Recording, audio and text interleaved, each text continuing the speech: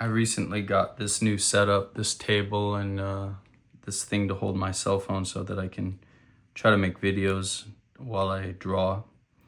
And just trying to set up to see if I can do this without bumping my head on the camera. So I'm just gonna kind of draw a little bit on this doodle that I've been working on, and maybe just ramble a little bit, draw and ramble, just to see kind of how this turns out.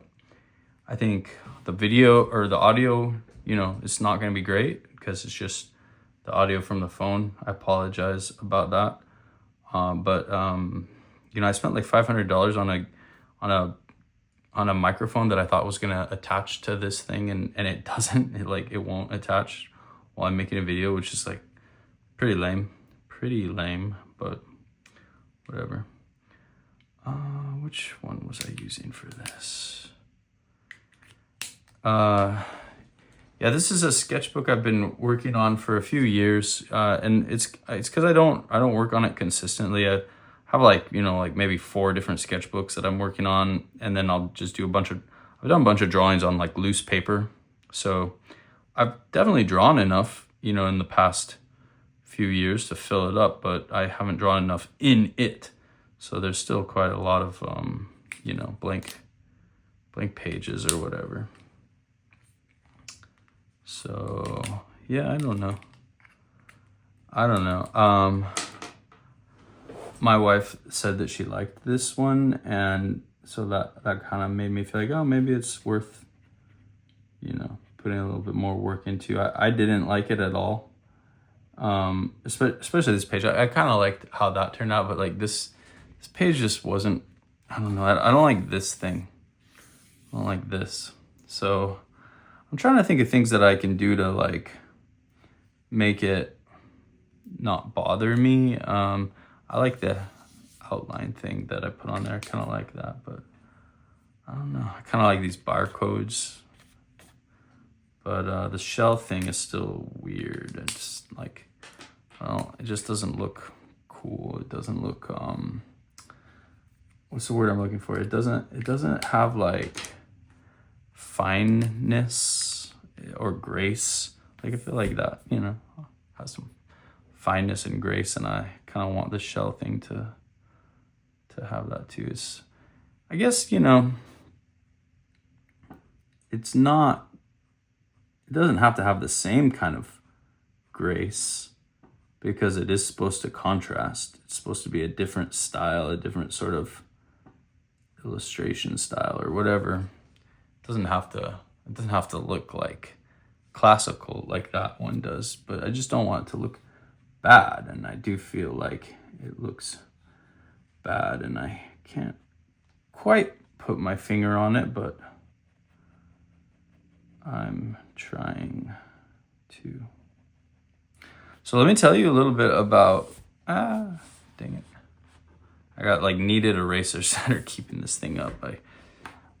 I'm afraid that if I brought it all the way down here, then I would be bumping my head on this. I'd be bumping my head on the camera. So I don't know. I should probably do something about that. But for now, that seems to be what I can do. Yeah, that's not going to work, is it? Okay, hold on. I'm going to have to readjust. That strategy did not work. Well, yeah, I don't know about this, but I suppose we shall see. We shall see. Hopefully I don't bump my head on it or well, I guess what I was really worried about is, bumping my head or also putting my head like here so that you just see the top of my head while I'm drawing. It's kind of, this happened before when I try to do these sort of things. Yeah, so let me tell you about the inspiration for this sketchbook. It was from a YouTuber, actually. A few years ago, I was watching I came across a YouTuber who's a artist. He draws mostly. He's expanded into painting, but I'm still not a big fan of his paintings. He's, I think, a much better drawer than a painter. But he's getting better and better all the time. Really cool guy. And in terms of in drawing, I really think it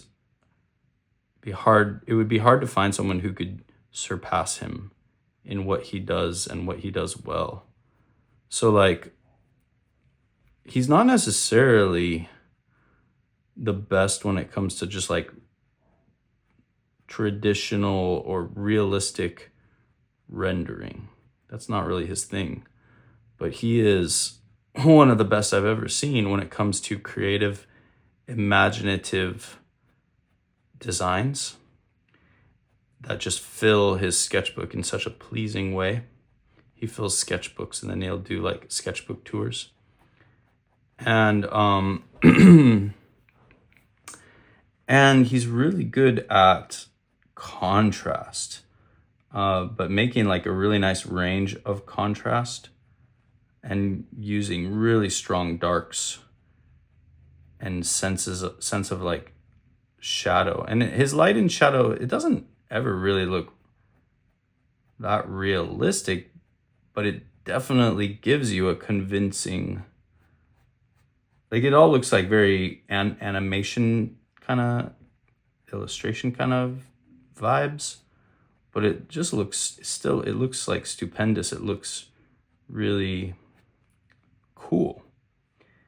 And what I was really struck by in his drawings were the sense of freedom, the sense of creative, just sort of explosion of creativity across the page. And then also that ability that he has to make really, really beautiful contrast, really strong sense of forms like emerging. He's really good at pretty much every technique you could describe with ink, with pen and ink, cross hatching and, hatching and different types of mark making, and just really, really good, like having a very subtle range of values. He's way, way better than me at all those things. And and I got a little jealous because I've tried so hard to get better at the physical aspects of just drawing realistically. And in a sense, I let the creative side go. And so I started this sketchbook in, I think it was 2020. And kind of my idea was to sort of just allow myself to be inspired by, I think his YouTube name is Peter Draws. I think his last name is like Deligdisch or something. I don't know how to, or maybe I'm mixing him up with that guy from, no, yeah, I think I'm mixing it's like Deligdisch or something. And Deligdisch is that dwarf, isn't it? From the freaking Game of Thrones. Yeah, I'm mixing him up with that guy. No, he's not a dwarf. He's a man of full stature. Are you allowed to say dwarf? Are you allowed to call dwarves? I don't know if that's kosher or not. I apologize to the dwarven community if that is not what you guys prefer to be referred to as. I think it's kind of cool because it's like fantasy, but yeah, I suppose people are allowed to have different feelings on that.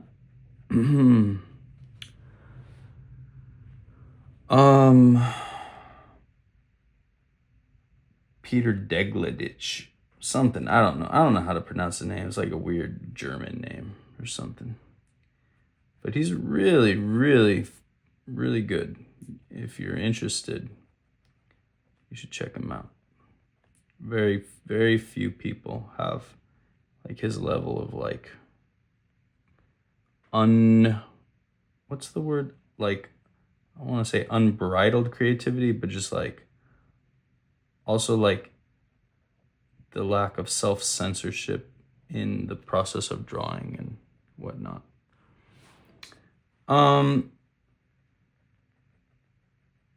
Yeah. Ink was about 2020 when I, probably a little earlier, but when I started really wanting to get into ink because it's so hard for me. I think I'm really good with pencil, but I'm not really good with ink. And I'm good with pencil because I like to be able to erase. You can erase with pencil, but you can't erase with ink. And so, it's just my personal style seems to be a lot better with when I can erase. I need that flexibility. And when I can't erase, it's very, very difficult for me. And that's why, I've had a lot of trouble with ink. So, so I saw this Peter Draws or whatever. And I was like, wow, he's amazing with ink. And I just got inspired to try try doing what he's doing with ink. My original goal with this sketchbook, if you go back to the first part of it, was just to use ink. But eventually that kind of, I just like felt like expanding into some other things too. I just really like pencil. I mean, I'm just really attached to pencil. It's really hard for me to go cold without pencil. So anyway, but I feel like I got to just keep going, making my mistakes, just keep trying, What's really hard is when you feel like you're already pretty good. Like, I feel like I'm already pretty good at drawing. I'm just not good at ink. So it's like you have to be okay with kind of humbling yourself and going back into that beginner mentality. And that is really hard for me because because I know I could do a good job if I was using the medium that I'm comfortable with, and I would rather spend my time making good drawings than making bad drawings. There's no reason why I need to be good at ink. I could spend my life happily making pencil drawings, charcoal drawings, and feeling proud and happy about that. But I just feel this desire to like rise to the challenge and to continue to continue to challenge myself until I've succeeded in it. Because like I feel like I should be able to. Like I know what it would take. I understand what it would take. So I feel like I should be able to do it if I... What's really tricky with ink is that I know all the pitfalls.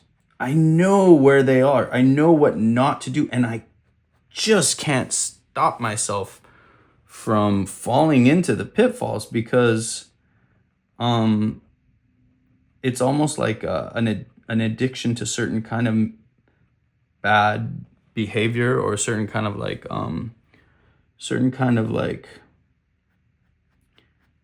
counterproductive things that like I enjoy doing, or like for instance, maybe like I start to get lazy and I start to get a little bit brazen and I stop being careful. And you can never stop being careful when you're working with ink, because if you stop being careful, you're gonna mess up. And once you mess up, that's it. That's it. You're done. You can't really go back and fix it. Once in a while, you can make some corrections, save something that you pushed too far. But a lot of times you can't. And so you really have to stay on your toes. You have to stay more conscious. I like to just fall asleep, I like to just drift off asleep when I'm drawing and not really, I don't know. I don't, it's like I don't want to stay on my toes the whole time, I don't want to, like, sometimes you want to relax and you don't feel like, but anyway, yeah, you just get to know your own personal tendencies, your weaknesses, your bad habits. And then the question is, can you stop indulging in your bad habits or not? And I'm not a very disciplined person. Again, that's why I like the flexibility of pencil, of things that I can erase. If I were a more disciplined person, then I wouldn't need that. You have to be very disciplined with ink. And it just doesn't work with my personality type very, very well. So again, yeah, why am I doing this? I suppose I want to expand my capacities, and I want to be the kind of person who I want to have enough discipline to do ink. And I don't know. I know that I'm not there, and I'd like to get there. I'd like to get there.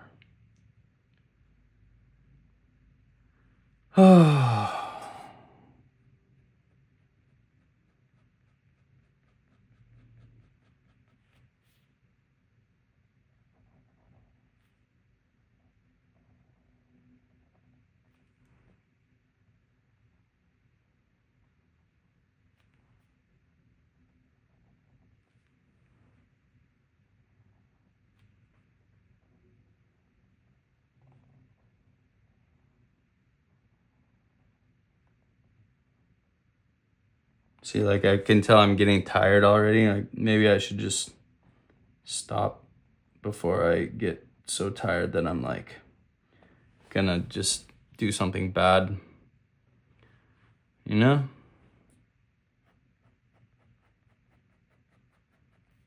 Well, so I know this, and yet I just like feel like I'm probably gonna keep going anyway.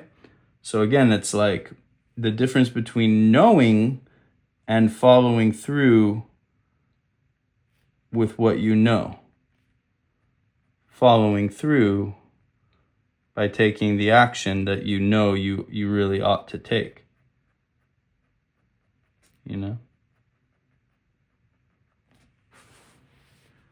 That's such an interesting mystery.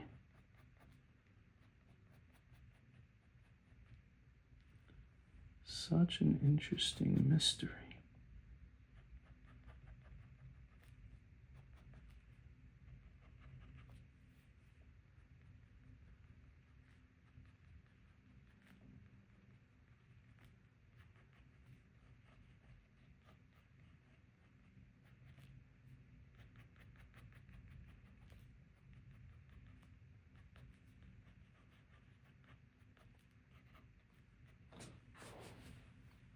Yeah, maybe I'll stop for now.